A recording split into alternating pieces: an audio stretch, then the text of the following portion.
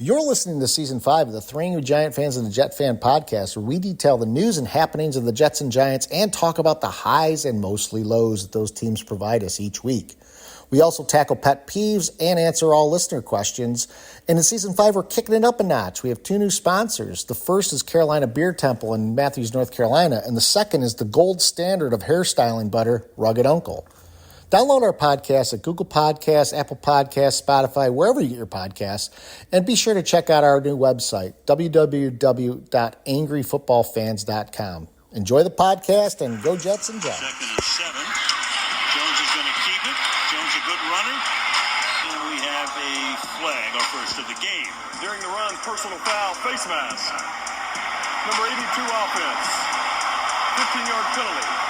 We were trying to find the penalty and whether or not Bellinger actually got into the face mask of the linebacker Overshaw. Remember, this is a 15-yard penalty. Face mask on 82 blue. He never touches his face mask. Instead, 13, White does grab the face mask. So that is a recap of the call of the face mask that was not the face mask against Daniel Bellinger. That was inexplicably called against the Giants, even though they pointed to Dallas at first when the ref came in to explain it, and then the main ref got it wrong, and for some reason they didn't overturn it. We'll talk about that later, but that just sort of set the tone for the entire weekend for both the Jets and the Giants. So we are the Three Angry Giant Fans and a Jet Fan podcast with your hosts Scott, Giant Mike, Cardone, and Angry Jets fan Novak, and we have that to get to. We got a new sponsor to talk about. We had a new intro that played introducing that sponsor. So we got a lot of stuff to get to. And guys, both teams laid an egg in games they should have won. Miserable weekend from a football standpoint. And we'll talk about those games. We'll also talk about just the quality of play across the league, man. It's so bad. It's disgusting. I mean, every game was worse than the next. And, and with an exclamation point on that ridiculous Monday night game between Miami and Tennessee. Just, ridiculous second Monday night game. Yeah. Don't even get me started with that. The fact that it exists is ridiculous. Yeah. It was like horrific football in stereo, having two games on. We were watching a multi-view of that garbage. The Seattle-Detroit game was okay, but yeah, Scott, you just mentioned it. What more is there to say other than a primetime game, Giants against Dallas at MetDeath? I think we all know that the numbers now. Daniel Jones went to 1-13 in primetime games. I don't know what more there is to say. Obviously, it's not just Jones's. It's not just on his shoulders alone. But what I like about that, that's the worst record by any starting quarterback in primetime since the '70 merger. So congratulations, New York Football Giants. Did they actually have Daniel prime Jones. time before the '70 merger? Well, I think Monday Night Football. Yeah, right. Well, didn't Monday Night Football debut? It's a good question, Scott. I guess around 70, right? I think it was, maybe it was 70. I think 69 or right at the merger that year. Yeah. So since the freaking merger, Jones now has the worst record in primetime, 1-13. We can't beat that team. He now has it? Like someone else had it before that? I can't. Yeah, good. Sorry, Mike. Please go back and scratch the word now there. I just okay. I didn't mean to fill that in. Yeah, that was just a filler word, but that's my fault, my mistake. Yeah, I was going to say whose record did he break on that? Yeah. Most quarterbacks who are that bad don't get 14 primetime starts in their career. Mm-hmm. So I can see how that record might stand for a long time. Yeah, I know a lot of people just starting up the podcast tonight might hear the lead in and think, oh boy, here they go. That lead in was something separate that had nothing to do with this game. That's a separate topic than the Giants football game, I believe. I hope, in my mind, that is some gross negligence that we'll have to talk about in a different context. But as for the Giants, I mean, I know we're gonna talk about it here in a little bit, but sometimes not real bad, but they can't stop shooting themselves in the foot. Novak, initial thoughts on the Jets before we get to the real breakdown. I mean, it was Jets from last year and the Jets from 2022 with Zach Wilson. It was pathetic. It was a joke. And we're going to get into it. I'm going to hold on what I'm really pissed off about that game. But do you guys remember what my pet peeve was last week? Don't start talking about the Jets because they'll let me down. That's right. That thing, that pet peeve lasted 5 fucking days, and they already lost again and let me down. So I'm not Spot on. I'm gonna hold as to the reason they lost and all the crap that's going on with this team. But look, what a joke! I can't I'm angry again. I was fine. Now I'm angry again. Thanks.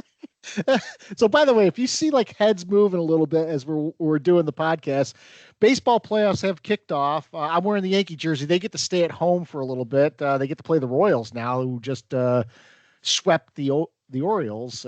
But the Mets are on as we talk. They're up 3-2, I think, in the sixth making a little run here. So we'll see. So yeah.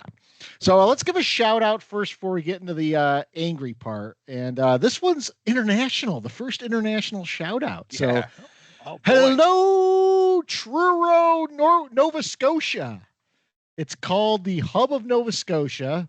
The British settled there in 1761 and named the city after Truro in Cornwall, UK. It had a railway come through in 1858, which brought some people. And it's the home of the Truro Bearcats, a junior hockey league team who are 4-time champs. So, of course, a team from Canada has to have some hockey expertise. Well, yeah. I've been to Nova Scotia. It's beautiful there. It's really nice. Beautiful. Really? And I always wanted to go there. And why? As a kid? Nova, Scott, Scotia. Oh. For some reason, as a kid, I thought it was named after me. Of course. Yeah. Why wouldn't I? I think it actually was named New Scotland. It just translated to Nova Scotia. I believe that's the case. I could be making that up, but that's it. Truro. Truro. That sounds like it sounds like someone started saying something and then stopped. Truro. It's really tough to pronounce. It's like Truro. Yeah, it sounds like it has about 9 letters, but it's just got the 4 or 5. So before we get into other stuff too, we do want to talk about something that happened completely unrelated to football, but it did impact a few of us. It impacted Cardone mostly, but the hurricane that came through missed most of Charlotte in terms of any devastation. But guys, Western Carolina, some parts of Tennessee, I think Northern Georgia, South Carolina actually had a lot of places lose power, but Cardone's son was up in the Boone area and car was submerged and all sorts of shit going on. Yeah. I figured we'd get to this tonight, Scott, but yeah, my beloved town of Boone, where Appalachian State is. I'm wearing the app gear, App Strong, Boone Strong, doing one of those, notifications. But yeah, that, man, the town was ravaged. I was up there on Sunday, went to get my son Cole, as Scott mentioned, and luckily he was okay on the second floor, but never seen flood waters like that. It was wild, man. But there's a lot of cleanup that's got to go on in Boone and other parts of, Asheville and some other of our favorite towns up in Western North Carolina. So bad situation up there. So hopefully they recover soon. And just our thoughts are with all those communities up there and people that lost either, or had, friends and family or anybody that they know up in that area. It's a bad situation. Yeah, no doubt. It's always terrible whenever one of these things comes through and, wipes out towns and displaces families and deaths and people lost. And you're hearing about that down here now. There's several people who work for my company who we haven't heard from that area. So, it's always a bad situation. And then you add to it sort of our familiarity with the area. They're showing these pictures from, this is downtown Boone and this is Blowing Rock and this is that. And you're like, oh, I was there 4 months ago. Mm-hmm. It's tough to look at. Yeah, it's just tough. Beautiful area, like Cardone said. My daughter also went to App State. My brother's in South Carolina, still doesn't have power and probably won't for another 4 or 5 days. So, this is just brutal. Tough to move on from it for tonight, but, that's what we do, right? Yeah. Yeah, well, we'll just consider adding to the misery anyway, because, as we talk about the Giants-Dallas game, again, we were breaking down the face mask penalty on the intro there, and Mike is right. It's a different topic from the game itself, but it's one of those situations where you had a sequence in the Giants' first half where had a face mask been called, the Giants would have probably had a chance to go in for a touchdown on a drive. I think they settled for a field goal on that drive. And the fact that they can get a call wrong when you're in a primetime game that's supposedly using replay assistance, how does that not get corrected? I'm still not sure when replay assistant kicks in and when it doesn't, because I saw a game, I think it was the Lions Seahawks game on Monday night. They came through and they changed a call that was made because they said, oh, the replay assistant came through and said that's an incomplete pass without even going to actual replay. So how do you not change a call that's obviously wrong? And on top of that, the very next drive after the Giants settled for a field goal, the Cowboys went down and they have a play where they throw a holding penalty, and there's also a man visibly downfield on a pass, and they not only threw the flag, but they decided that the flag that they threw didn't matter. It wasn't valid, and they picked it up. So not only did the Giants lose a possibility of getting a touchdown, the Cowboys were given a touchdown where if you bring them back 10 yards on a holding penalty, they probably are kicking a field goal there. It ends up being a completely different game at the end. And things like this, guys, I mean, in a 17-game season, it impacts you. And you could go on and say, well, they should have won at the end anyway. Yeah, but we shouldn't be saying that. We should say, get the goddamn thing right, since that's what replay assistance is supposed to be there for. If that can't correct that, why does it correct other things, and when does it correct other things? It's very confusing. I saw another one during the Monday night games. I don't know if you saw this, but we kind of went to commercial. Nobody signaled touchdown. We kind of went to commercial. We came back from commercial, and there's 7 points up on the board. It's nobody ever signaled touchdown. Oh, New York called and said that's a touchdown. Now, I kind of like the idea of the eye in the sky, coming in. I don't hate that idea. But yeah, they've got to sharpen that up a little bit, and they've got to help us out with that. I mean, on the second penalty that Scott mentioned there, was that a call down from New York that, hey, don't throw that flag, don't back up this touchdown?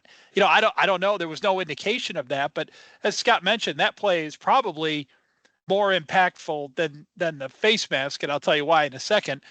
Because of the reasons Scott said. I mean, Dallas is almost certainly kicking a field goal there, because our defense was playing all right, and that was just a huge impactful play. They threw the flag. The hold was obvious. Not to mention there's offensive linemen downfield on that play as well, which I thought, okay, some crews don't call that, but lo and behold, the Giants get called for it later in the game. You bet. So it's very confusing, that flag pickup to me, when it was so blatant. Now, the one thing I'll tell you I did notice, how they generally throw the flag in the direction of the infraction? Mm-hmm. Yeah. I don't think they threw the flag on the right hold. They threw the flag in the interior of that field. So I think that's probably why they picked that one up, because they determined the one they flagged wasn't a hold. But the hold that did happened right in front of the official on the sideline. So that one, to me, that was very confusing. The face mask needs to be, yes, I agree and disagree with Scott. I don't think the Giants scored there anyway. I think the result of that drive was going to be a field goal. When we were lining up to kick the field goal, my thought was he's going to miss this because it's 51 yards, and we would have made the other one probably. But to me, that ended up being a wash. We got 3 points out of the drive. But to me, that's a whole separate conversation I want to have later. That can't happen. That cannot happen. Yeah. Well, and I think the game as a whole was just frustrating because, Daniel Jones had several deep shots he missed. Wan'Dale Robinson dropped a key play where if he catches it, it was a 4th down play. If he catches that ball, not only does he get the first down, but he might score. He's that wide open. At the very least, he's getting into field goal range. We saw Neighbors on the play Daniel Jones made on the 4th down throw hit him, and then not only did he get knocked out of bounds, he got concussed on that play. And we'll talk about that for this week because it's Tuesday or it's Wednesday right now, and he's in the initial stages of the concussion protocol. So what the fuck's been going on since last Thursday? Yeah. Yeah. Who's running concussion protocol? The government? What's going on? Come on. Yeah, right. Getting back to the what's reviewable, what's not, and the replays. Why? Let's get to a point where just fucking make everything reviewable. Just do it. Just make every single call, play, just make everything challengeable, viewable. Why not? I think we'd all would be in agreement, like, even though it'd probably slow the game down even more, which God forbid we do that, because everything, it's a flag fest to begin with, and I don't know where I'm going that I have to get through a football game as fast as possible. I still don't understand that, but what got me about just real quick about the face mask or the wrong face mask call. How come Bellinger didn't throw a fit? How come nobody on the Giants sideline didn't go bonkers? Yeah. I have a theory on that. I was going to ask that. I have a theory on Scott? that. I have a theory that as the play's going on, they didn't necessarily hear what the call was. They saw the refs huddle and they, point towards the Giants. I don't know if they heard face mask, if they heard holding, if they heard personal foul. I don't know what they heard, because you have to remember in the game and in the stadium, the coaches and the players aren't always able to hear what's going on in that segment. I know. I don't know if that's what happened, but Yeah. no one on the Giants side complained. And Bellinger's not running up to the guy holding his face mask like guys do, but he's probably used to getting his face mask touched by people as he's being blocked. That's a part of the just, I don't know, every week in the NFL now are certain calls that are going to go against you. Some do go with you, but I'll say this though: if they do go ape shit, does it change anything? no, of course not. But I just want someone. I'm going ape shit in my living room. Why can't they be going ape shit? Like, at least. Well, wait a minute. What are you seeing that I'm not? Yeah. What am I doing wrong? I'm going wild in my living room. So how come no one on the fucking Giants sidelines is showing as much fervor as me? Well, it's hard to reach your level of fervor, to be honest. Right. Whether you're there, Giant Mike. Yeah, that's true. But guys, I don't want to get too far away from the game itself. I tell you the biggest thing. Scott, you already mentioned, Jones, I don't even know guys, I don't know. As far as throwing anything above 20 yards, the guy's impossible. We can't complete anything over 20 yards. But what I want to talk about, Scott and guys, I want to flip over to the other side of the field for a minute, other side of the ball. I'm sorry, to the rushing game, to our running game. I want to talk about Dallas's, the other side of the ball with Dallas. Because I tell you what, because all I heard, I knew this was going to happen. This is what. This wasn't even a pet peeve, but this is what drives me insane about our New York Giants is the predictability, particularly in a game like this, where I really didn't give the Giants that much of a shot to win this game. And as the game starts to unfold, it's amazing. The moment we couldn't run the ball early on, because we knew we were going to try to establish a run, all we heard for 3 weeks was how bad, the Dallas Cowboy defense was getting shredded on the ground, which they were, right? And so we had the right game plan, trying to establish Singletary, try to get some kind of running game going, but of course not. This Dallas team came in giving up 185 yards on the ground per game. What did we get? 26 yards, 1.1 yards per rush, and our longest. Do you guys know what our longest run of the game was? 5 yards. It's an NFL game. Our longest rush was 5 yards. That's incredible. So. That's the part that what's amazing is I looked at a couple of stats tonight. Even after that game, Dallas is still the sixth worst defensive team against the run in the league as far as yards per game. So that's how bad they were coming into this game. And no doubt that looked like the offensive line. That looked like the Saquon Barkley Giants running into a fucking brick wall against the Dallas Cowboys that we've seen for the last 5 years. And it's just amazing how it manifests itself on Thursday night in a game. There was no way we were going to 2-2 and Dallas was going to go to 1-3. And it was guys, I know the offensive line protected Jones a lot better. We're seeing definitely Jones has more time to deliver the ball in a pocket. But the running game against Dallas, and the running game hasn't been bad. But to see that rear its ugly head against a Dallas team that was – they're defensively, against the run was horrific coming in, just is as predictable and scripted as you can get. Yeah, and like we always talk about, right, Cardone? It can't be that Dallas was just a little better against the run this week. It had to be epic. It had to be 1.1 yards a carry. It had to be 26 yards. It couldn't be, well, the Giants only got 86 yards rushing. That in itself would have been a story. Hey, Dallas much improved. against the run. But no, this has to be they turn into the 85 Bears during the week at some point, and we can't muscle out a fucking yard on them. I mean, it's so frustrating. And as you said, so predictable. So predictable that Dallas somehow, they gave up 159 yards less than their average coming into the game. Not like Mike, that's perfect. Not even like, the Giants only mustered 89 yards or whatever it is. 26. Yeah, it had to be epic. And I'll tell you, I know, as the team loses, I've been on and off the Jones bandwagon, but I'll tell you this in this game, for a team that couldn't run the ball, right? You know what not running the ball means. You should get, it's hard. If you get 26 yards on the ground, it's hard to get 10 points in the NFL. Yeah.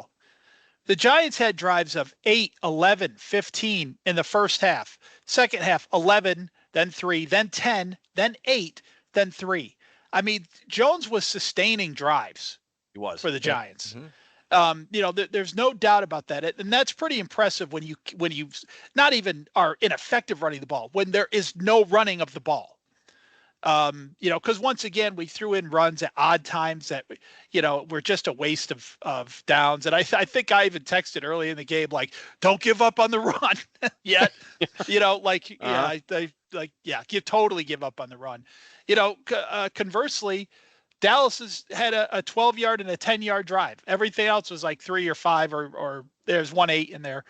But yeah, of course, they all ended in touchdowns. Ours all ended in field goals, which, that kind of hurts too. But I see these little signs of the Giants getting better. But I'll tell you what I noticed in this game, and I just confirmed it to myself reading the drive chart here, is that the Giants were really good from their goal line to the 50 or the 45. And then as you look down the drive chart, you see it instantly. It's like it goes on and on and on, mostly in the second half, but in the first half too. It's like it's 1st and 10, 2nd and 14, 3rd and 9, punt. They can't run like 3 consecutive plays and gain yards on 3 consecutive plays. And a lot of it is, in my mind, and I think Dable's done a pretty good job with play calling, but we get across the 50 and we get too damn crafty. We get too, like, we want to, throw in a reverse to Neighbors when we get down there, which gets, of course, blown up. It's just like, just keep playing your offense when you cross the 50. You don't all of a sudden think, okay, now we can take the shackles off and be someone we're absolutely not. Yeah. Run the ball between the tackles, throw your crossing routes, try to find Neighbors, when he's single covered, but for God's sakes, get him the ball. I think Dable coaches this offense like they're an elite offense, and they're not. And I think he needs to rein it in a little bit. Well, one thing Cardone brought up in the beginning of the segment, and then one thing he brought up last week, both of them I want to touch upon. The first one is what he brought up in the beginning of the segment, and that's, the Giants traditionally, if they're going up against a team that has like historically bad pass defense, they get up against them and somehow they'll have 100 yards passing. If someone's giving up like defenses, like they're just getting gashed on the ground, the Giants show up and that becomes the game where they give up the 26 yards on 20 carries or whatever the hell it was. It just seems to be a pattern that we follow. I don't know if you remember when we played Washington a couple of years ago, and Washington's secondary was terrible. They were getting torched, and we show up and I think we did win the game, but it was one of those where we eked by because Washington made a bunch of mistakes and our defense played really well, but we didn't do anything in the air in that game. And then the other thing that was brought up that I wanted to mention was sort of like, we've talked about the drops. We've talked about like guys not needing to step up other than the Neighbors. And the key for that to me is Wan'Dale. Wan'Dale, his stats looked really good in that game. But then there's a couple of times on 3rd and 4th down or down near the goal line where all he needs to do is break a tackle or make one guy miss, and he has a first down or he has a touchdown. And he couldn't do it. And the one that really hurt us, and I want to talk about this a bit, is that one on the goal line where on 3rd and goal, he gets tripped up. He could walk into the end zone if he just hops over the guy diving at him and goes in. And then it's 4th and goal from the 3, and Dable decides to kick a field goal instead of go for it. I thought that's a time where you be aggressive and you go for it. You go for the win there. We criticize coaches all the time for not taking the points. Another one did it this week with Harbaugh in a tie game, not taking a field goal that would have given them a lead against the Chiefs of all teams. But the Giants there, that they were trailing. If they score a touchdown there, great. If not, they have Dallas pinned back. I don't get why that's not one of those where you would go for the touchdown. But the drops are killing us, and no one stepping up outside of Neighbors is killing us. I can't predict when a coach won't go for things. With this idea that if you're down 2 touchdowns and you score 1, you go for 2.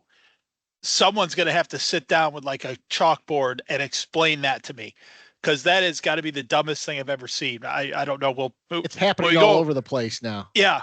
When we go around the league, we might talk about that. But yeah, I mean, is there anything more predictable than kind of a surprise step up by a Giants player in the first half or first 3 quarters of a game, and then that player doing something boneheaded and costing us the game later? I mean, Wandale's going off in the beginning of this game. And I don't know if he got tired or what, but then as Scott said, all of a sudden the guy who's here because he breaks tackles and you can't get him down with one guy is getting taken down with one guy, dropping passes, after a stellar start.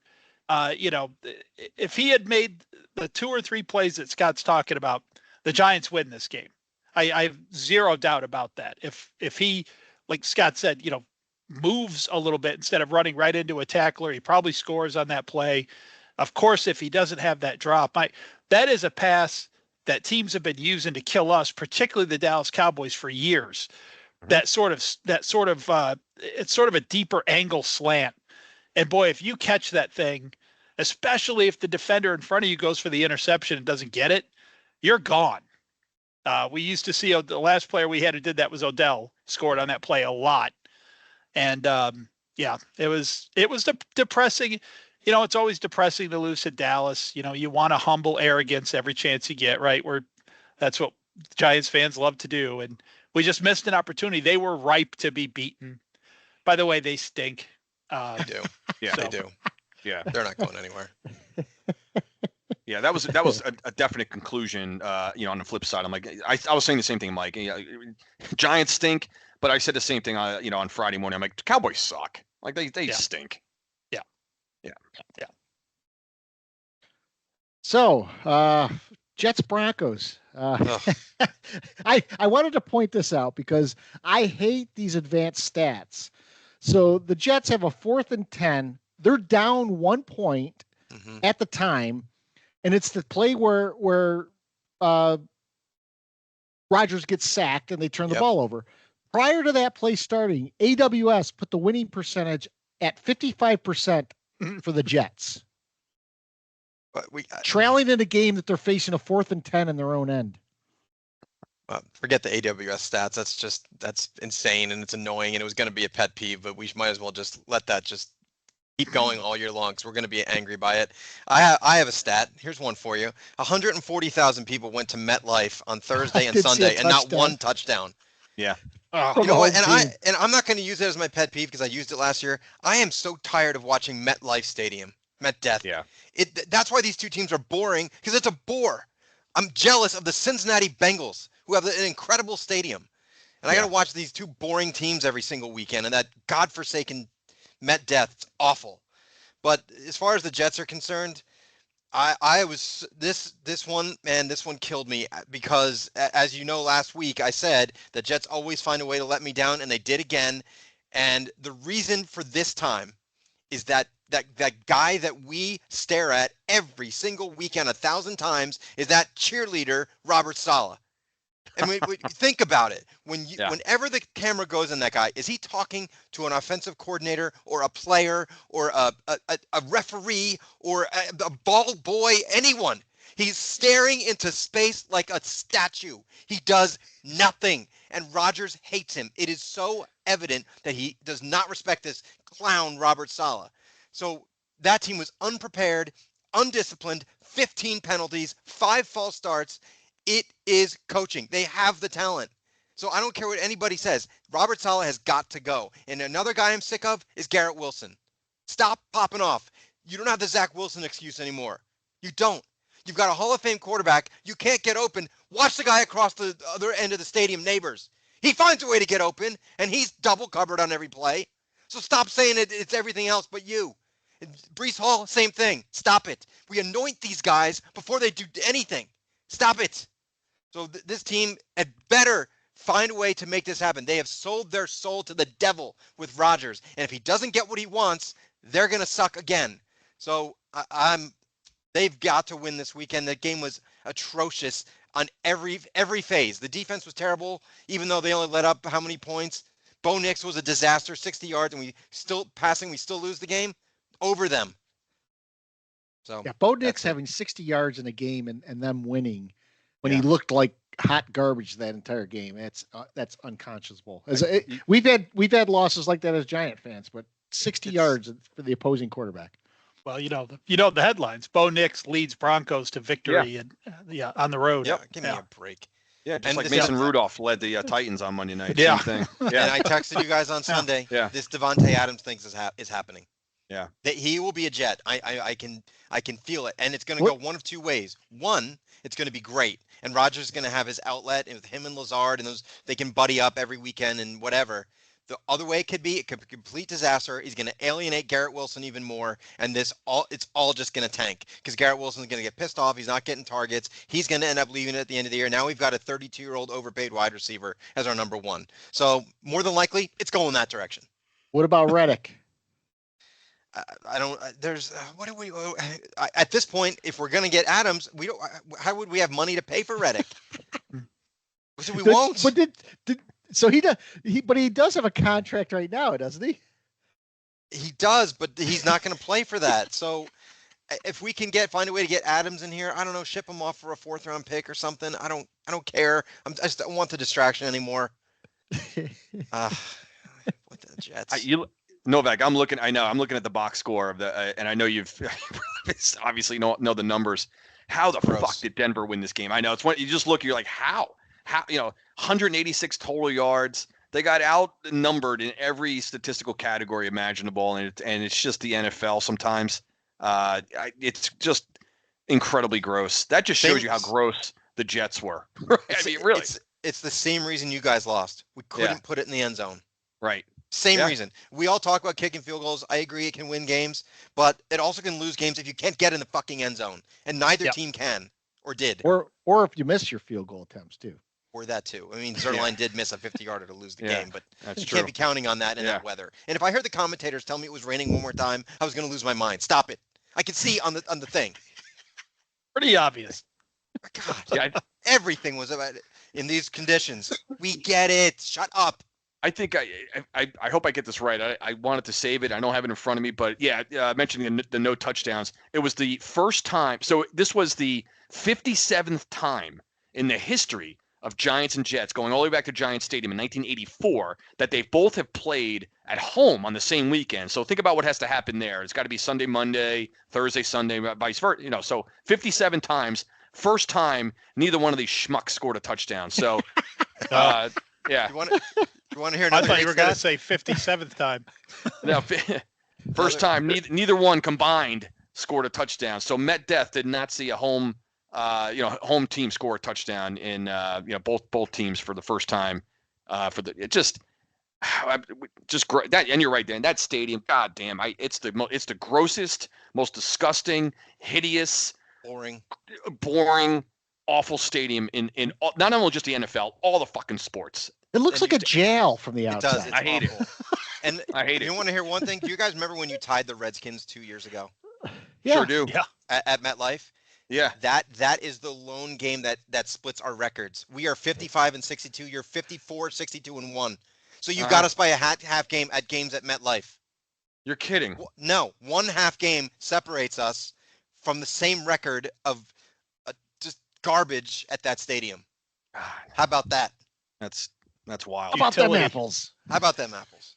Yeah. So we got the Giants-Seahawks coming up, and Seahawks are coming off of a loss to the Lions in a game that the Seahawks did not look bad.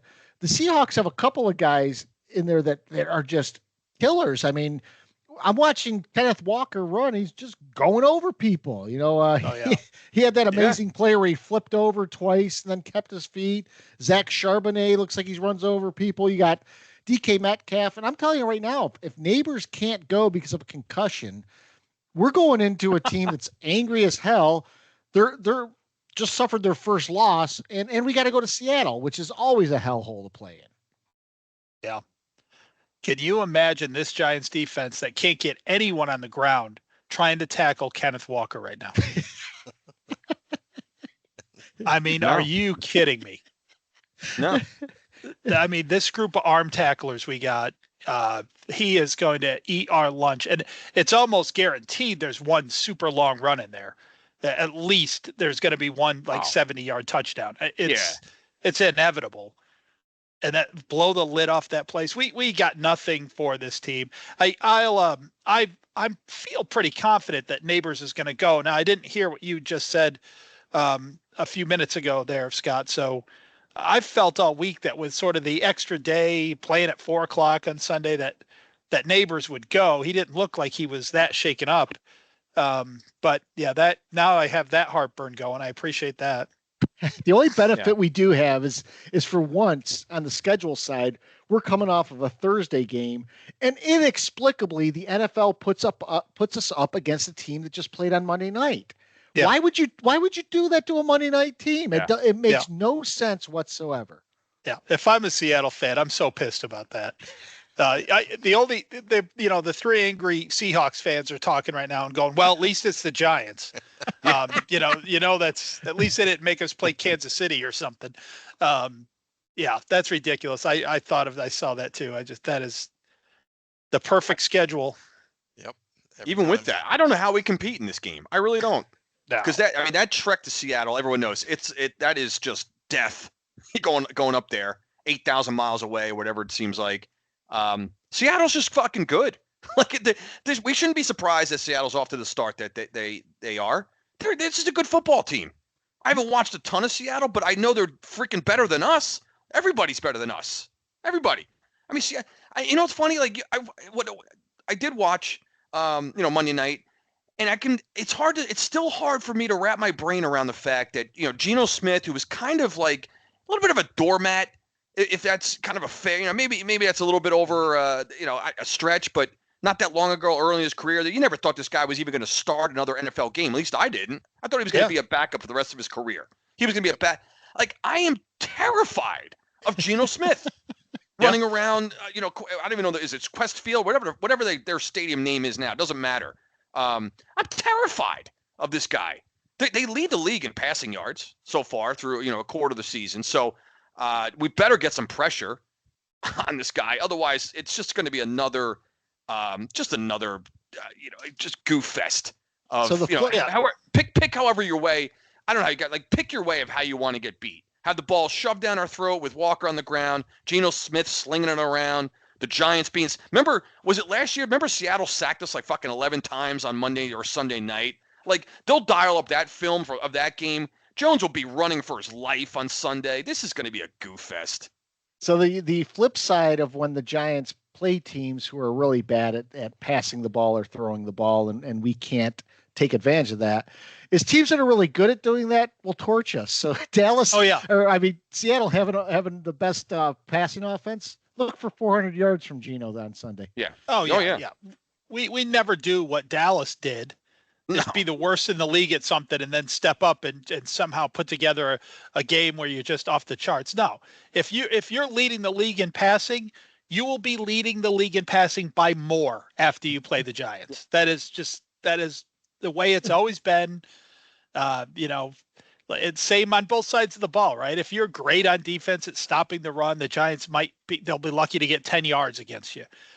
Yeah, I agree with Cardone. This thing is probably going to get ugly early and just continue down that path. We've got nothing for this team who they're not lights out spectacular, but they're really good at everything.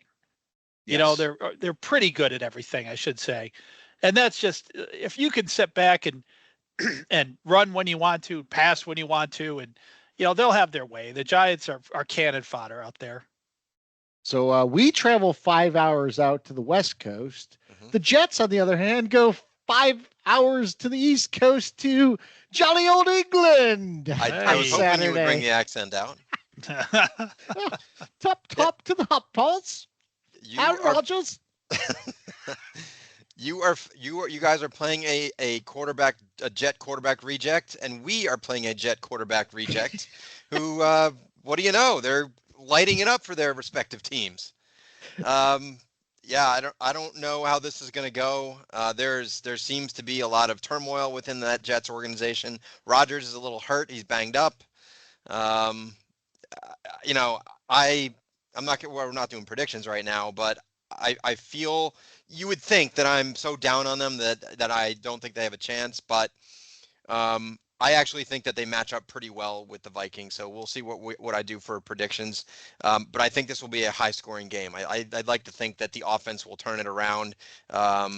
I think Breece Hall is pissed off because he played so poorly. He had a bunch of dropped passes. I think he had 25 yards rushing. Everyone's talking about Braylon Allen being better than him. So I foresee a big game from Breece Hall. I know what's going to be on the menu over in England. Spotted dick. Oh, he's been waiting so long.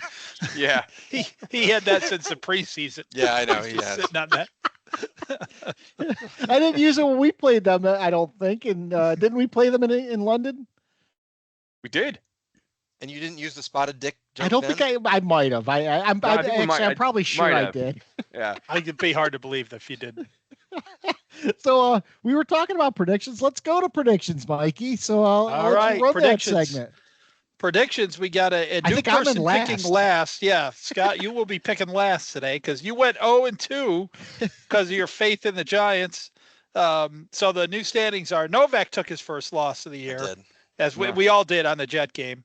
So Novak is 7-1. Cardone and Mike are 5-3, and Scott is 4-4. So let's dive in. Novak, what do you got for the Giants at Seattle? I really want to pick the Giants here, but I can't see it. You guys are right. The Seahawks are too balanced. If they were bad at one thing, like Mike pointed out, they're just kind of seemingly good at everything. I like them pretty well here. I would say 27-14 Seattle. For the Jets, like I said, hey Jets, I have a message for you. You're going to let me down if you win. Okay. So because of that reverse psychology, I do think the Jets will come back from that pathetic performance last week. I think they will play well. And I think the Vikings, I love that the Vikings are undefeated, actually.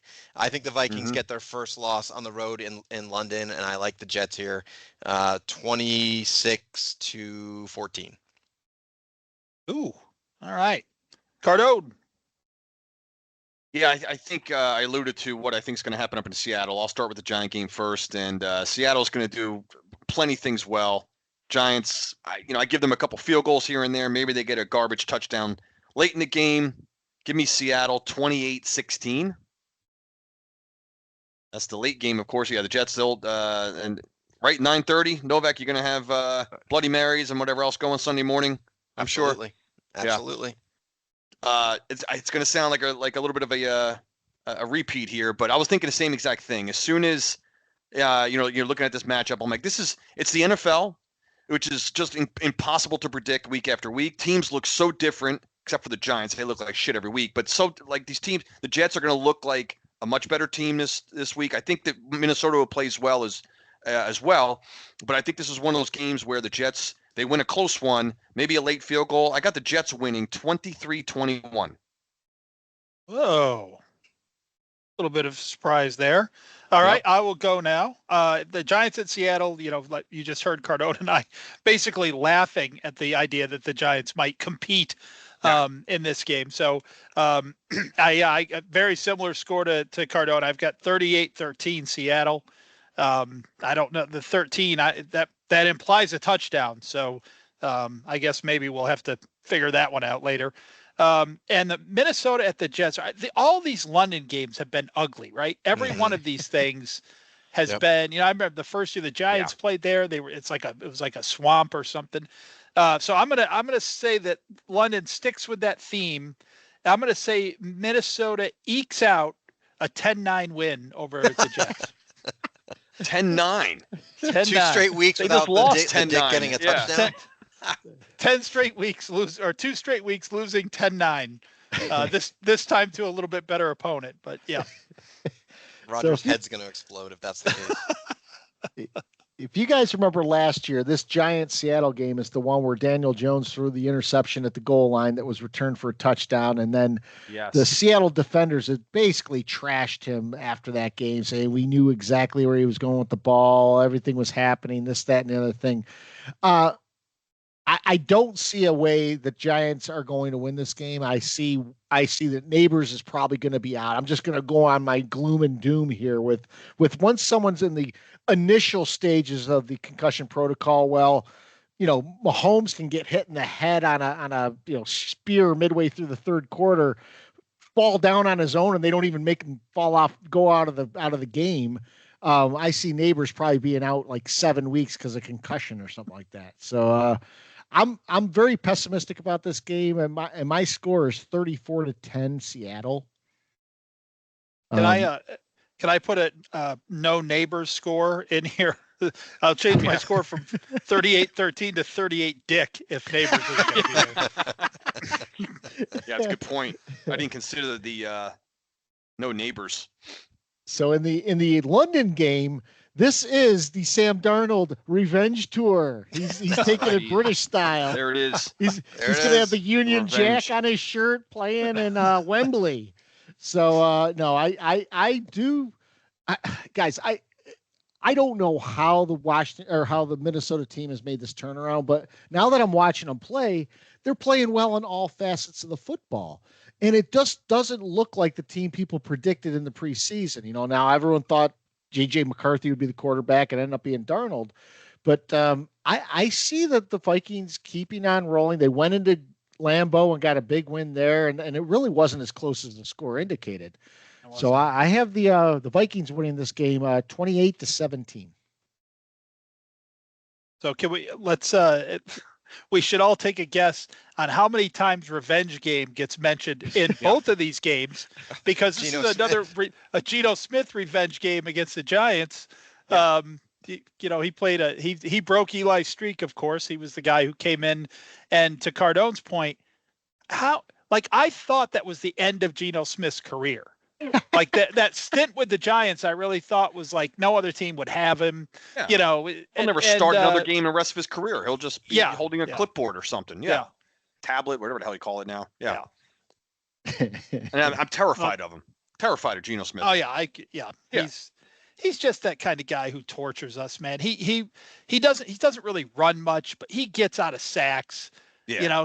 That's the kind of God. Anyway, I digress. And he's had a rebirth. Yes, he has. So if you were listening to our intro on the audio pod, you haven't heard it on the video pod, but we have a new sponsor. It's called Rugged Uncle. And, we'll give you the readout, the initial readout of the sponsor. So men's hairdressing innovation with balanced perfection is here. Rugged Uncle has one product, Native. It has the strength of a wax, texture of clay, and the silkiness of a pomade. It truly defines styling butter. Native is handcrafted in Nashville with ingredients like Wagyu beef tallow, pine tree resin, mango butter, and argan oil. These ingredients come together to not only style hair, but to improve the health of your hair and scalp. So go to ruggeduncle.com, check out their story, and give them a try. And when someone does something that good, there's no other version needed. That's only why they have one version. We have a code. Use the code AngryFans in all caps, and you get 20% off any order you place. Yep. Yeah. I have it right here, the Rugged Uncle. It comes inside the little thing here, which is awesome. Has a guitar pick in this thing, right?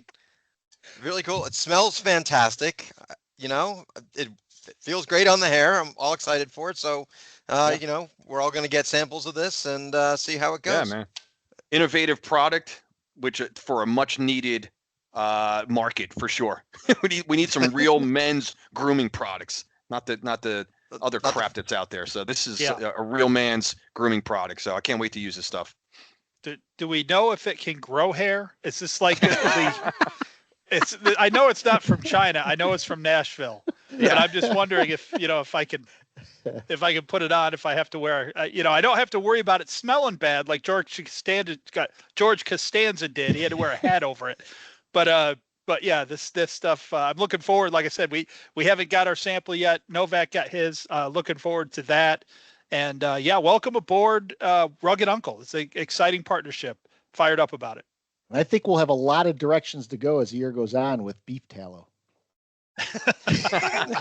We can certainly work that in. I need to learn more about it.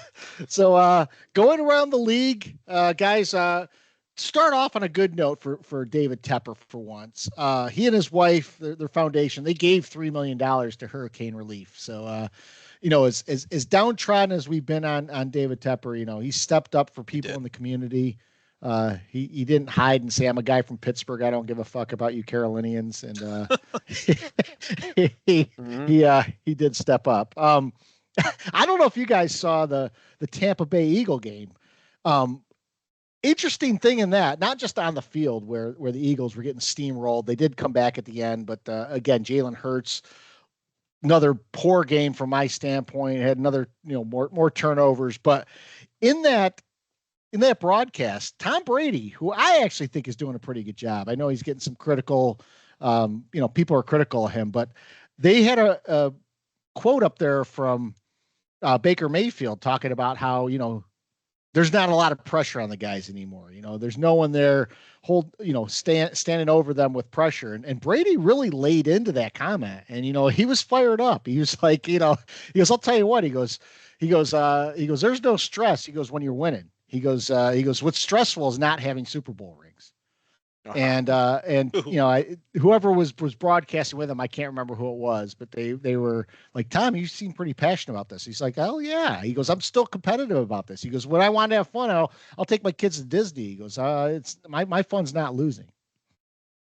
Look, it's the way of the NFL right now, right? I just complained about Salah, that friggin' cheerleader. Like, the Bradys of the world is over. Even Mahomes, who's as talented as Brady, he's on commercials every 5 minutes. He's just, can we just get Tom? I mean, I hated Tom Brady, but it was a good hate because you respected him.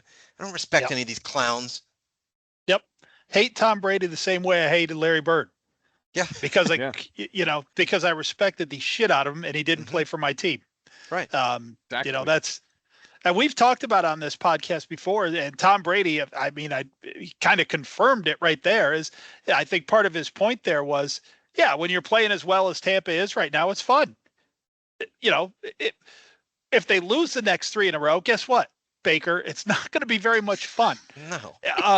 And that's the way it rolls. I mean, it's not like, we have this free, loose, and fun, and we have guys who like to joke around. That's why we win. No, you're winning. So that happens. It pisses me off so much that people don't recognize that. Yeah, the winning is what's causing the camaraderie, would you say? Yes. Right? Yes. I think so. You're not going to have a team of a bunch of chums who like to go bowling together after the game on Sunday and they're 0-7. Like it just doesn't happen. You'd be chucking pins at one another. I brought this up in week 1 about Kyler Murray. Everyone started getting on the Arizona bandwagon week 1 after Kyler Murray was playing. And now, after week 4, the Cardinals are 1-3, and Kyler Murray's crashed back to earth, and people are going, what's he doing? This league is so schizophrenic when it comes to quarterbacks. And I'll bring this up, too, and I'll tie in Jaden Daniels to this, too. Because Jaden Daniels looks really good to start off, and people are like, they use that tired phrase, you're going to have to deal with Jaden Daniels for the next 10 years. Well, I was supposed to deal with RG3 for the next 10 years, too. You never know when this shit's going to happen, Right. Yep. Good point. And then I don't know if you guys saw the Goff, he was 17 for 17 in that game. But by the way, he did not have a perfect quarterback rating. Yeah. They won. He had a couple long touchdown passes, and yet he did not have a perfect quarterback rating. How's that possible? He didn't have an incomplete pass. Didn't have an incomplete pass. Didn't really put a ball in danger. It was a pretty good quarterback performance. It really was. A touchdown pass. Yeah. Yeah, he caught a touchdown pass. That stat is broken. There's no other way to put it. Nope. There's no other way to put it. Nah, these completion percentages, I'm looking at them right now here. And right now, I know it's only 4 games, but I just miss the old days of like when you actually, quarterbacks threw incomplete passes or, rookies like struggled. I mean, some still do. Jaden Daniels is completing 82% of his passes so far through 4 games. Guy's a fucking rookie. Yeah. He has, I'm looking at the guy has 19 incompletions on the season. Yeah. It's week 5. It's October. The guy's thrown 19 incompletes. Rookies used to get that in 1 game. I mean, anyone could get that in 1 game. Anyone could get that in 1 game, right? Yeah, I mean, what are we doing? Yeah. 4 fucking games. The guy's thrown 19. Let's call some plays down the field there. Washington, what the hell? Brewers just hit a home run. They're out 5-3, bottom of the 8th. Great. Justin Fields is completing 70% of his passes. Sorry, Scott. I'm just like hung up on that too. I mean, Fields is playing well. This is not another reason why I'm just not. I mean, I'm just so salty right now. Bringing up Fields, I had to laugh at Fields because we saw the Steelers lose a game this past week, and Fields fumbled twice, and yet during that game, I was watching some of that, and the announcers kept saying Justin Fields is keeping Pittsburgh into this game. Well, what was happening when he fumbled twice to lose? And Indianapolis was taking it in for scores with Joe Flacco as their quarterback. Another former Jet reject. Yep. Yeah. I had to laugh at this. So if you guys sat through any of that Miami game, I flipped over just to see the end of it. But Miami was doing an onside kickoff, and I'm using air quotes for those on the audio. They decided to punt the ball. So the guy punts the ball for the onside kickoff, and no one from the Titans goes near the ball. And the special teams coach is going nuts. He's like, wait for a fair catch, do something. So Miami grabs the ball, and they think they have the ball. However, even though it's an onside kick, the ball did not land in the designed landing zone. But here's the worst part about that play. So they kicked off from the 20 or whatever because it was after a safety, I believe. Mm-hmm. So the penalty for not kicking it into the landing zone is half the distance to the goal, and the other team gets the ball. So the Titans take possession of the ball over at the 10-yard line because of this penalty. Now, how does that make sense at all? It doesn't make sense at all. Someone explain. That's the most ridiculous. How does it make sense? I wouldn't have if you had if I had taken an SAT course on that play and said, here's the 15 different scenarios in what happens there, what would be the one? That's the last one I would pick. God. I don't know. In the old game of football, when you kicked off, if the opposing team didn't catch the ball and you recovered it, it's a live ball. Everyone knows that. Yeah. That's apparently changed now. Just stop it with this. But just go back to the original old kickoff. Yes. From where it used to be. Make everyone wear Guardians on the kickoff team, for crying out loud. I mean, just stop this. It's got to stop. This has got to be one of those things we look back at 30 years ago. Remember that year with the dynamic kickoff and laugh about it? This can't continue. No, it can't. It's not made the game that much more interesting, has it? No, it's stupid. Of course not. It's you kick off and everyone's standing there. It's the stupidest thing I've ever seen in my life. Did you guys got anything from around the league? I will use my around the league to go back to the Giants game, as I said I was going to at the beginning, and talk about this face mask situation. As I said, to me, that is a separate issue than the Giants football game. Scott mentioned it, that New York is calling down and changing plays. which I really have no problem with. I actually like that. They have TV cameras. They have different angles. I have no problem with that at all. They seem to do it quickly. Everything's fine. Since they can do that, and this sort of gets to Cardone's point about it, can't they have a gross negligence rule where it seems like they can only change reviewable plays, right? But can't they just say on the Giants game is a great example. If they just fuck something up so bad, can't New York just buzz them and say, hey, you're marking that off on the wrong team? Yeah. Oh, my understanding is that they could have done that. Yeah, my understanding is that they can correct penalties that are incorrectly even non-reviewable things. Yeah. Because they were saying that they could call down if it's a correctable error. And actually, the funny thing is, the one ref that came into the huddle and was talking to Clay, whatever his name is, pointed towards Dallas. And so he's another guy. He never corrected it. Like he just goes back. Oh, whoa! I guess he didn't realize they marked 15 yards the other way too. It went back to his position. They showed McCarthy, and he was going nuts, but he was going nuts at his player. He wasn't going. You can't go nuts about that call. It's a blatant face mask, and McCarthy's pissed off. Rightfully so. I just don't understand how that happens, especially with a team that threw that many flags altogether. You would think they have their flag game on point of what's going on there. That to me, that is gross negligence. That cannot happen in an NFL football game. And when it does, I think you guys remember, like they went to commercial, and I texted at the time because Scott, of course, was blowing up. Scott, you better. Scott was going bananas. So I'm like, Scott, something odd happened here. I just like the Giants weren't mad. Something weird happened. Hopefully we'll get an explanation when we get back. And then sure enough, we get back, we see the play, we see the call. I think my next text was, what the F is happening here? It's just like,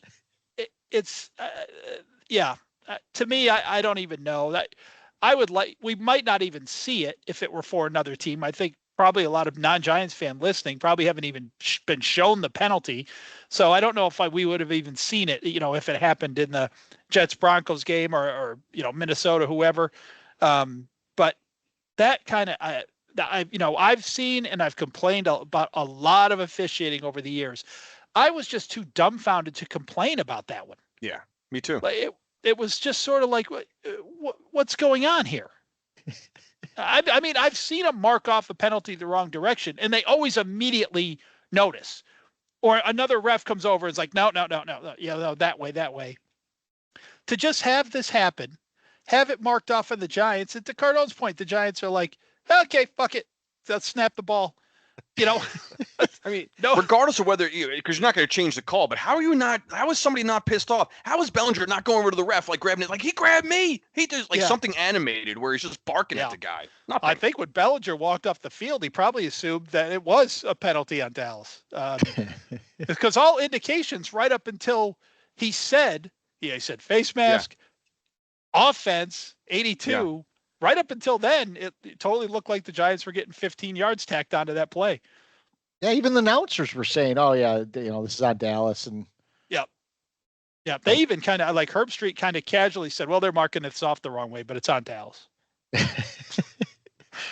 What was the Sunday night game? Do you guys remember?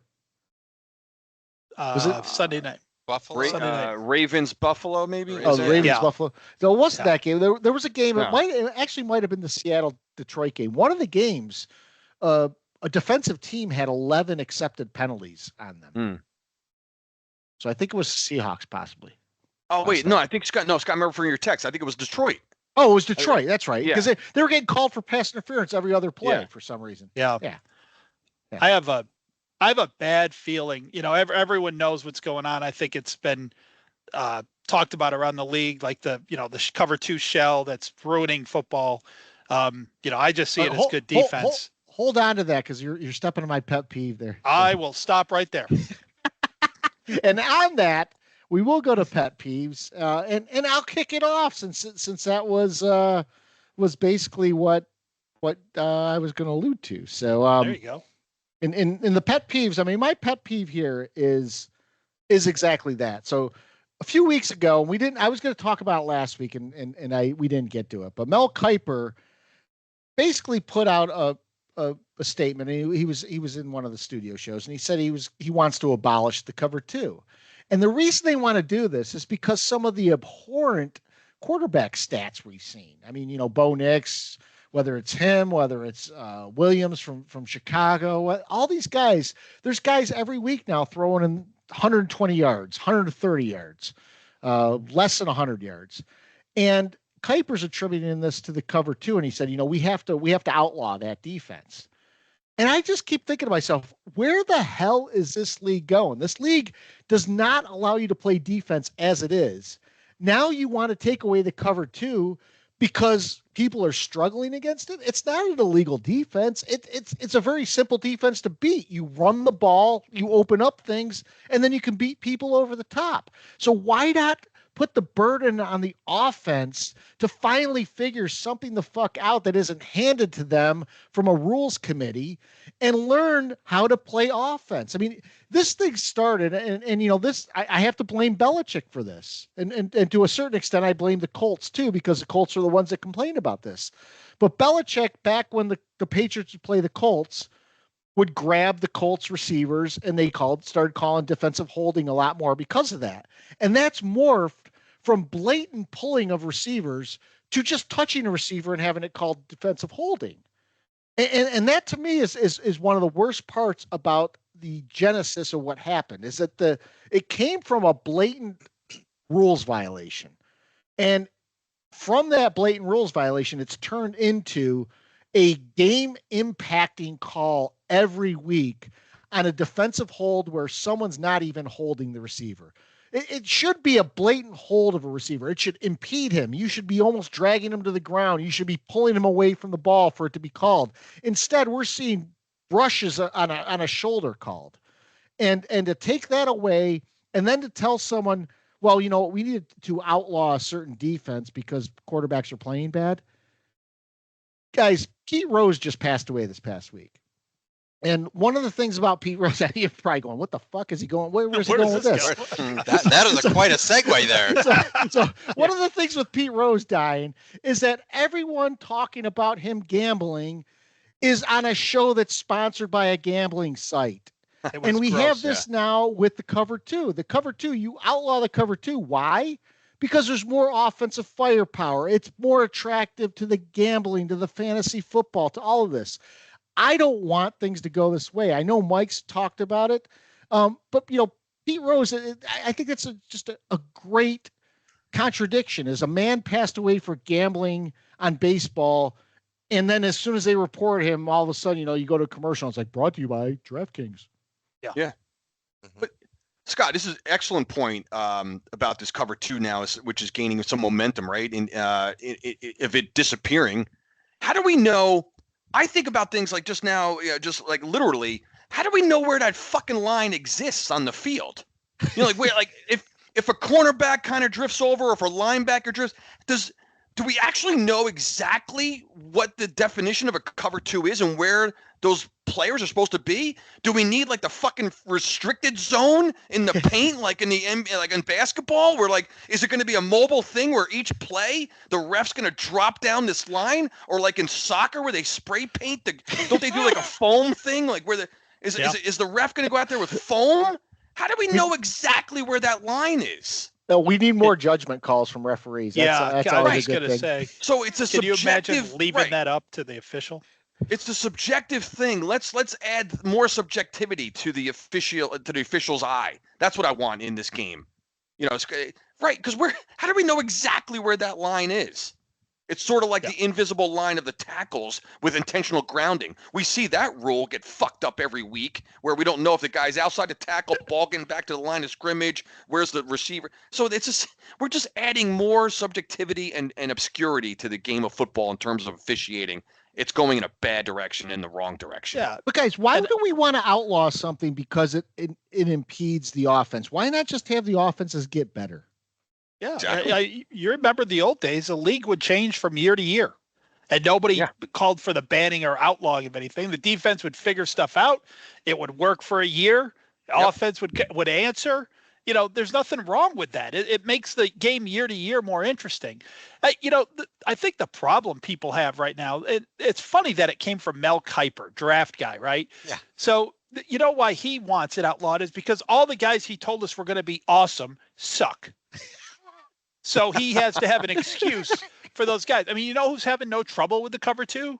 Geno Smith, Brock Purdy, Sam Darnold, Dak Prescott. No, they're not. C.J. Stroud. Not holding them back. It's the wrong guys are at the top of the leaderboard now. I like Yeah. that. So rather than just have to admit we were so wrong about Justin Fields, now it's like, well, Justin Fields sucks because the defense is too hard. Right? I mean, that's essentially the argument that we've gotten. There's there's defenders strategically placed in the defensive backfield to stop a passing game. Yeah. Yeah, remember what was it that RG3 ran when he came in? The pistol or what would they call that? It was the K-gun? pistol, wasn't it? Where you couldn't. The I can't K-gun. remember what it was. Well, But he ran that for a year, and then he ended up getting hurt. But after that season, a couple other teams tried it. It didn't work because defenses adapted. It's the way it was with the run and shoot. The Wildcat. Yep, same. Exactly, the Wildcat. Wildcat. Yeah. Yep. And offenses still will pull that out of the bag. Didn't some team tried to make an offense out of it? Was that Miami back in the day? Yeah, it was Miami. It was tried to Miami. Ronnie form Brown. form a whole offense out of that. Novak, pet peeve. Yeah, so first I'm going to apologize to Mike and Cardone because I'm going to steal theirs because they've used this before, but I feel it's important that I do this one right now. And it's me. I'm the pet peeve of myself. And the reason is our new sponsor, Rugged Uncle, right? You smell this stuff, right? There's a guitar pick in here. I feel like I put this on. I should be like having a cigar, drinking a scotch, sitting on a leather couch, reading a leather-bound book, right? And I'm not. I'm a child. I've got a Mets jersey to my right because I'm afraid that if I wear it or don't wear it, it's going to decide the outcome of this game, and they've lost. So now I'm not going to sleep thinking I should have worn the jersey because they lost. What is wrong? Like, it's that, when Jerry and George are in the thing, and Jerry goes, "What kind of lives are these? Yeah. We're not men. No, we're not. We're pathetic. No, we're not. That we're not." And then they both agree. What is this? Did you ever get the feeling you had a haircut, but you didn't have one? I'm all itchy back here. Yeah, that scene. Yeah. And I'm like, why can't I be the rugged uncle guy? Why do I have to be me with wearing jerseys and getting upset about a fucking sporting event? They don't care about me, but I care about them. Like, I'm tired of it. Now, the Mets, I'm not going to sleep tonight because I got to worry about this game, and I got to worry about tomorrow night. And then after that, I'm going to worry about Sunday when the Jets play. Stop. I'm a child. That's my pet Think peeve. about our Me. sports I'm so teams sick of myself. That's awesome. Think about our sports teams. Imagine if it was a real world, imagine if it was a real life relationship, and the amount of disappointment and the amount of heartache. Like, why would we stay in this relationship? If any of your teams was just like an actual person and they let you down this many times over and over and over again. Like, Yes. how would you stay in that relationship? You'd have to have an intervention. You'd have Right. there'd be no. I say that about guys that go on like giant boards and they're on there, let's say they're on there 6-7 hours a day and they're regurgitating the same stuff. Daniel Jones sucks. He's the Antichrist. Daniel Jones is terrible. Mara doesn't want to win. The Giants suck. Whatever their complaint is, they're blasting this 7 hours a day, every day of the year. At some point, when do you step back and go, why am I a fan of this team? Yeah. Why would Every I be day a of my fan of life, something I I hate? do this. Every day of my life, I question myself with this. I'm stuck with it. If I go to Jack in the Box and have a bad hamburger, I'm like, fuck, I'm not coming back here again. Right. You just give up on it immediately. We've just had like 10 years of shitty hamburgers. We just keep going back. And the hamburger continues to taste like shit, and you just and you continue to take bites of it, and you keep going and you keep complaining about it. Yeah. What the fuck, man? They got a different manager in there. There's a different cook. There's a different guy serving me the burger. There's a different guy taking my order at the window. Why does it still suck? It's like that movie Defending Your Life, where Albert Brooks's character's eating a pile of shit, and he's like, "This tastes really good. Your taste buds aren't advanced enough to know that."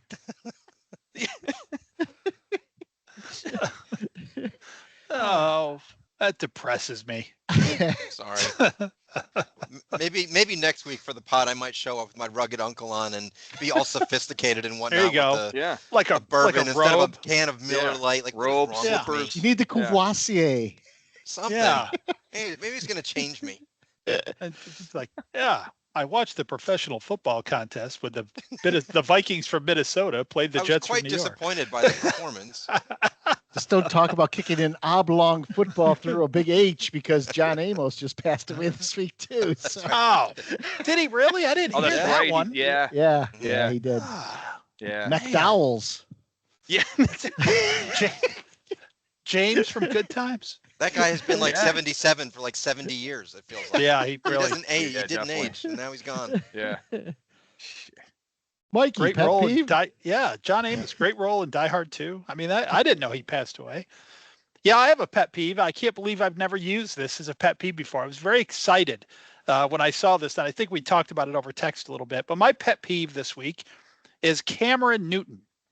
So Cam Newton, who's long been a pet peeve of mine as long as I can remember, got under my last nerve this week. I don't know if everyone saw this, but Cam Newton made a comment this week talking about Eli Manning, which, first of all, I feel like Will Smith. I want to slap him in the face and say, "Get Eli's name out your mouth." I mean, that's the first thing I want to tell Cam Newton. But yeah, Cam Newton said, "If this guy gets a gold jacket, I deserve 2." That was Cam Newton's comment on the potential of Eli Manning joining the Professional Football Hall of Fame. So, as we talked about text a little bit, I mean, unless you're a Carolina Panther fan, I guess the first thing I think of when I think of Cam Newton is making a business decision in the Super Bowl to not jump on a loose ball that on a turnover that essentially ended the football game. So that's Cam Newton. That's his legacy. That's what people think about when they think of him. And he's just a perfect athlete, I think, for this world we live in now, where it's all glamour and stats and everything. You don't really have to get anything done, to be revered. You don't have, fuck it. You don't have to do anything, just so, and he's talking about Eli Manning, a 2-time champion, by the way, but not only a 2-time champion, but a guy who won the most valuable player in 2 separate Super Bowls, playing against what will, for the rest of our lives, be considered the greatest dynasty maybe in sports, the New England Patriots, for the run that they had. So that's Eli's legacy. But Cam Newton doesn't see things that way. Cam Newton is better in almost every athletic thing you can think of than Eli Manning. So Cam Newton doesn't think of it that way. He's really kind of insulting himself. Yeah. Look at the athletic package that Eli Manning brings to the table and know that he was willing to put in the work and the sacrifice on and off the field to do what it takes to be a world champion 2 times. And again, not just world champion, the best player on the field in those games, versus Cam Newton, who has 1 league MVP, but something Eli doesn't have, and led a team. I don't know if they were favored in that Super Bowl, but they should have been. I mean, I thought they were going to win it when the game started, because they looked unstoppable. But on the biggest stage, in the biggest game he's ever played in his life, Cam Newton came up terrible. And I don't think he played an awful football game, but he had several moments in that game where the moment seemed too big for him. Can you guys remember, outside of maybe Eli's rookie year, a time, place, play, moment, game situation that seemed too big for Eli Manning? One time. No. No. I would check. That was his signature, Yep. That was just his demeanor all the time, man. The guy was unflappable. Yep. Didn't Cam break down in the post-game interview too? Like, wasn't there like something going on behind him and he was freaking out? Yeah, I mean the sensitiveness of this guy. I mean I was quite pissed off when I read that. I was like the nerve of this guy, career loser. Yeah. To say he gets 2 jackets if Eli gets 1. Well, you're not going to get any jackets. So I don't think any of that matters, Cam. But yeah, that pissed me off. And so I did a little research on him this week too. He didn't really play football until late in high school. He's a really good baseball player, but you know why he quit baseball? Anyone know why he quit baseball? Didn't know he played baseball. Didn't know he played baseball. He became fearful of getting hit by a pitch. Huh. He couldn't. I swear to God. It's what it says. He couldn't overcome his fear of being hit by a pitch. Interesting. Interesting right. that. I mean, interesting. That checks out. Yeah, I mean, on it brand. does. It works. Well, why was the guy always else we know trying to about him. jump over linebackers and he had no fear of being upside down on an NFL football field? Yeah, with his head being the closest thing to the ground. I don't understand that. You don't think if they offered a Guardian that Cam would have wore one? I think Cam would have wore a Guardian if they had it available to him. What Eli should say is throw 2 gold jackets on the ground and see who picks them up first. Oh, that good one, Scott. I like that. That's awesome. Right. That's a great one. That's a like great Jerk one. Store. That's a good one. Yeah. But as we Jerk know, store. as a good lead into my ending there, Scott. As we know, Eli won't say anything because that's Eli Manning. Of course. What's he going to say to that? Or he'll throw something in on a Manning cast when no one's thinking about it. Yeah, that'd be fun too. If after he gets the gold jacket, he could say, sorry, Cam, they didn't give me another one. I don't know. Like Newton, where the fuck you been the last year or two? Every year they you get the sense of who's coming out, who's on the ballot next year. Like each year, which guy is coming up for the first time. Where the fuck you been, Cam? You didn't realize all of a sudden Eli's name is out there, and where do you think he was? Is Cam Newton you guys a Hall of think? Famer? Yeah, that's what I was just going to ask. Do you guys think? I mean, I'd actually have to look at his stats. I mean, Yeah. he's a quarterback who never had back-to-back winning seasons as his team. Yeah, so that's we know the Panthers haven't. So He'll no definitely get votes, championships. but will he get enough? Yeah. Yeah, no championships, but an MVP. Never put together any sort of string of success. I mean, the question would be, I think Michael Vick was an MVP one year. He's not going to be in the Hall. Yeah. He'll blame the city of Charlotte, say it's too small of a market, and he'll blame the fact that he didn't get along with the media or some crap. But it won't be about his play where he didn't win anything. You're right, Mike. That is his signature play compared to Eli, who ducked out of 5 people and threw a miraculous touchdown pass in the biggest spot in the Super Bowl. It's his signature play. I'm not saying he doesn't have others, but forever that's remembered for that. Yeah. Yeah. It's almost like a Buckner, era first. Newton. Yeah. That's what he's remembered for. Yeah, he was an MVP and had an amazing year in 2015, right? That was an incredible team. But the last fucking play, the last series they had the ball. That's what he'll be remembered for. That for his career. That's what happens. Yeah. And ironically, wasn't that against Peyton Manning? It was against Peyton. It was against Peyton Manning. Yeah. Yes, it was. Absolutely. Cardone, pet peeve? I'm sorry. Go ahead, Mike. No, I was just gonna say that's it. Yeah. Yeah, people might not agree with mine or our listeners because in this day and age where in sports, and I'm going to use a couple different other sports to get to my pet peeve, but where bigger is better, longer is better. So like in baseball, we have to track the how far home runs are hit now. We can't just say Aaron Judge hit a home run today. We have to say the velocity. We have to give how far 412 feet, whatever. In the NBA, like now, with the advent of the 3-point shot, Steph Curry now is in field goal range as soon as he comes over fucking half court. You got to pick him up coming over half court. So where I'm going with, I am against the idea of now 60-yard field goals becoming chip shots in this league. I used to love it when you had a chance for field goal kickers to miss field goals. I can't take the accuracy of these field goal kickers from over 60 yards now.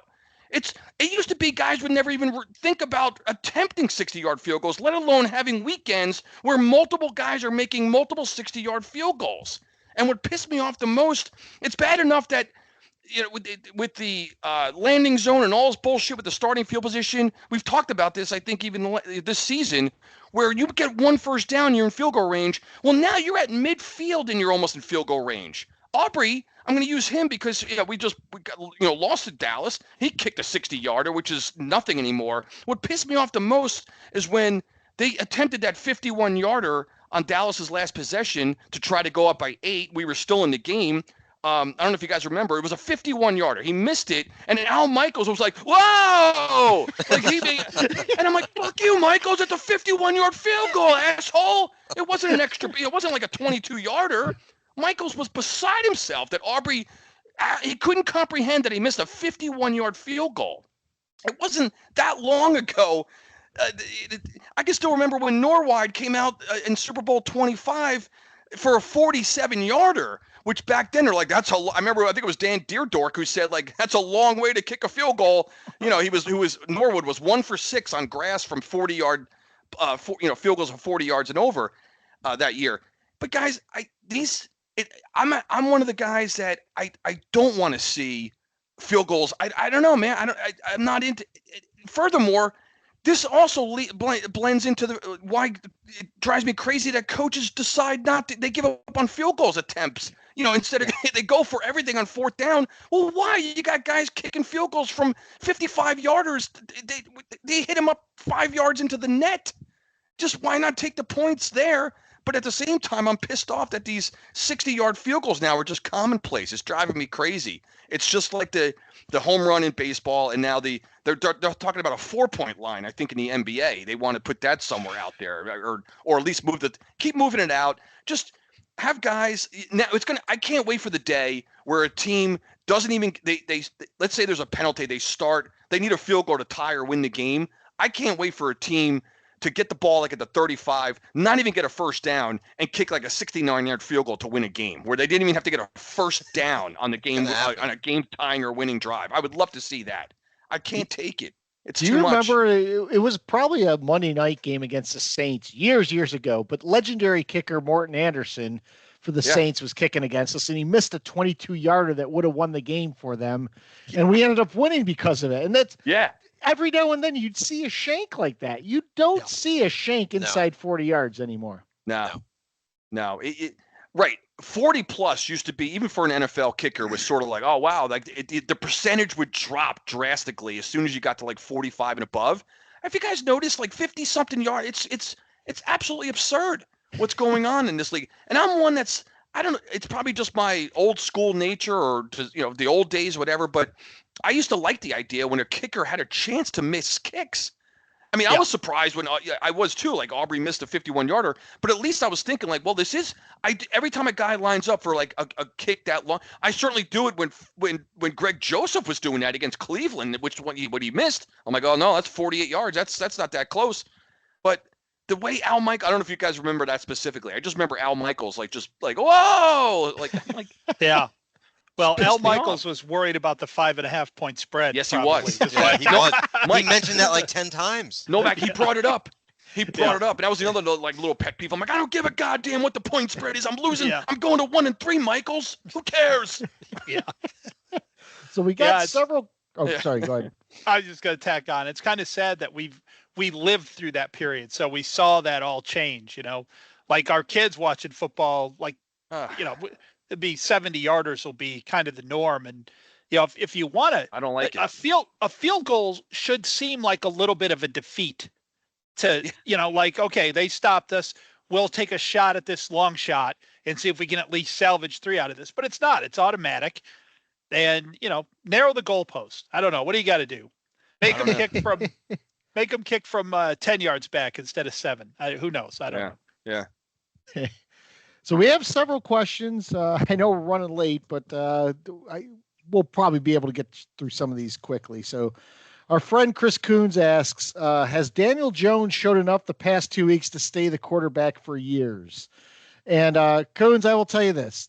Daniel Jones will be gone next year, unless we have some sort of miraculous turnaround in the next between now and the end of the year. Yeah. Yeah. I think he has shown to be the quarterback for years. I think you could take the S off of there. He's shown to be the quarterback this year, without a doubt. The talks of replacing him somehow are insane. But we don't have anyone better than him on the bench. But yeah, Jones he's done. Whether that's a good decision or not, we'll let history decide. But yeah, this is it. Yeah. No, he's done. So I thought the question was going to say weeks. As you were reading it, I'm like, maybe for the next few weeks. I don't know. No. So Novak, we did not touch upon this with the Jets game, but he asks if the Jets should scale back the cadences.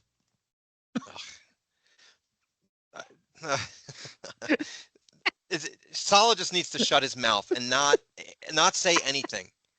And so, I hate the dick. He is absolutely 100% right on this. Hold the offensive line accountable. It's not Aaron Rodgers' cadence is the problem. Stop it. So no, we're not doing anything with that. Next question. There was a bit of tension there. So yeah, of course there was, because Rodgers hates Saleh. He thinks he's a clown, and as do I. So my friend Mike Harrison, he asks a couple questions. He wanted to know if the Jets' problems on Sunday were weather related, or is this a symptom of a bigger problem? You didn't really. I mean, we touched upon the weather part. You didn't want to hear them say that it was raining one more time, but is there a symptom there of a bigger problem, do you think, or no? Yes, absolutely, the bigger problem. I mean, the Broncos played in the same freaking weather and they won the game. So, and they don't have half the talent the Jets do. So yes, it is 100% a bigger problem. And for me, it's down to coaching and poor chemistry. I hate the chemistry thing. I really do. I hate the fact that I said that, but it is part of it. Rodgers cannot get on the same page with some of his guys. He needs his little buddies around him. Devontae Adams will be here in 3 days. And then Mike also asks about Jones' deep balls. We all know that they've been inconsistent. Oh. So should we continue to try the deep balls, or should Dable dial it up and go more short? Now, I will say this. Daniel Jones in the Dallas game, especially on the short passes and the intermediate passes, looked pretty damn good. We were moving the ball, as Mike pointed out with our drive charts. The deep balls he was really bad at, and this is something he hasn't been bad in his entire career at. But at least for 2024, we fix one thing, another thing breaks. Story of the Giants. That's it. Yeah. I don't think there's any way you stop doing it. It's the reason we're able to move the ball. We've got teams away from the line of scrimmage, finally.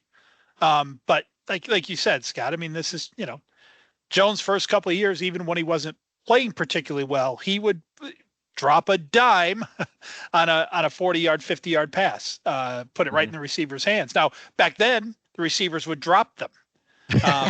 So who are you talking about? Evan Ingram? Yeah. Now he can't find it.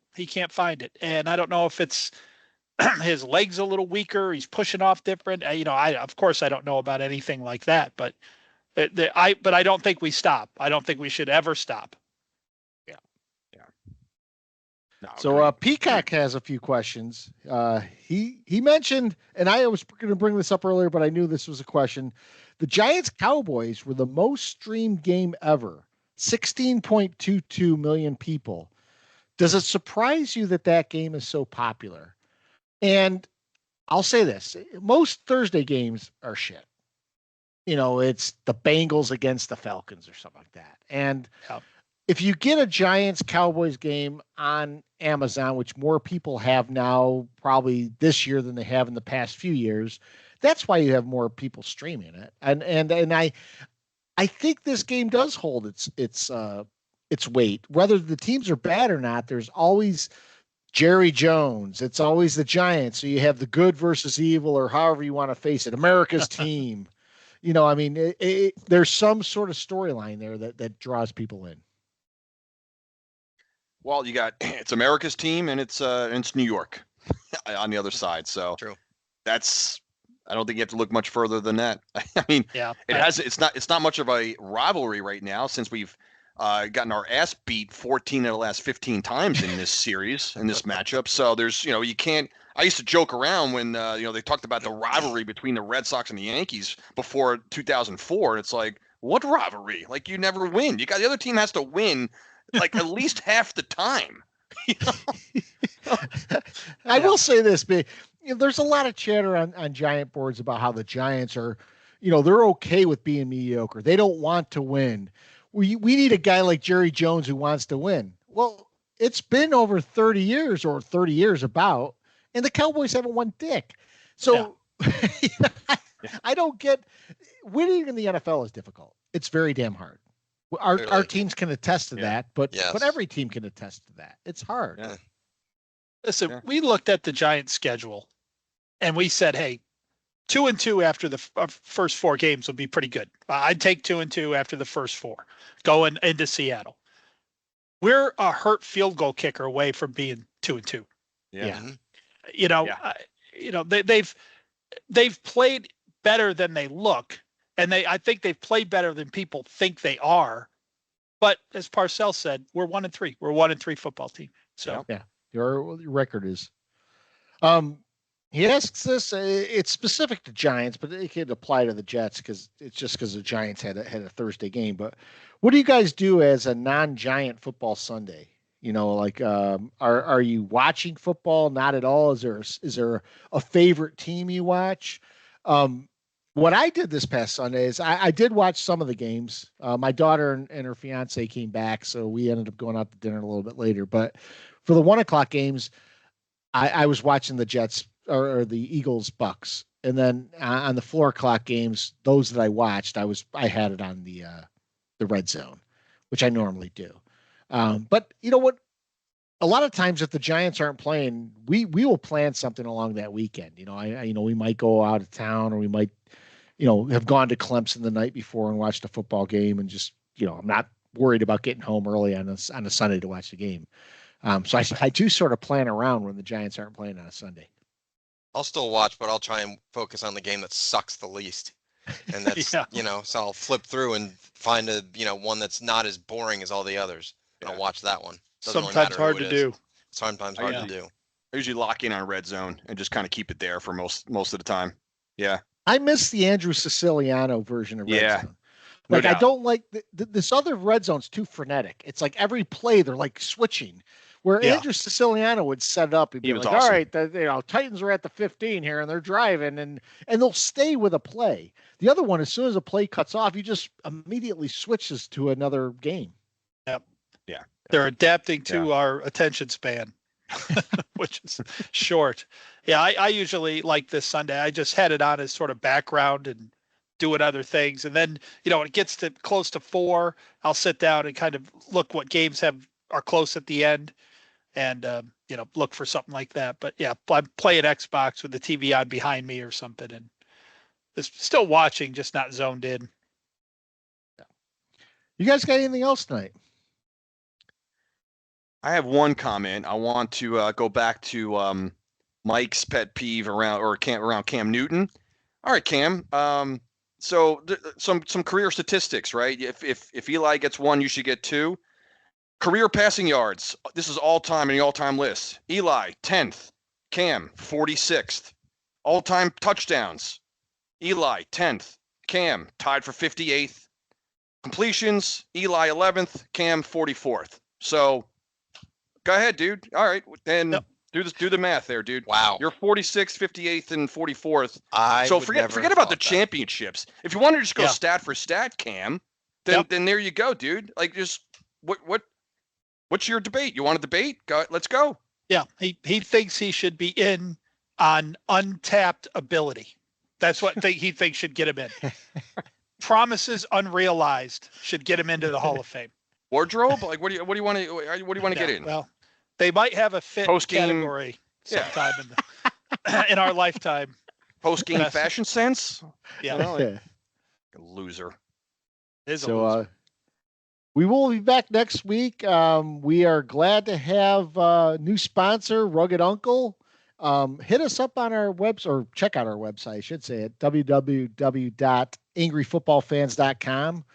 And hopefully next week we have at least one of our teams win. For fuck's sake! I mean, it's really depressing knowing you're coming on. And God, we spent almost 2 hours tonight talking about this shit. But yeah, baseball playoffs are in full swing. So maybe the Yankees will bring us joy. But we'll see you next week. We'll talk about the Giants-Seahawks and Jets-Vikings. And until then, we'll see you. All right. Yeah. See you. Mats. Oh, Scott hung up. I wonder if it is still recording. I think he must have done that by mistake. Yeah. We can't stop. Oh, he's back. Yeah, he's back. He could. Oh. Yeah, It was stop still recording. recording. Yeah. Uh-oh, did you what happened there? I got to stop it. Oh, that whole end. Oh. It's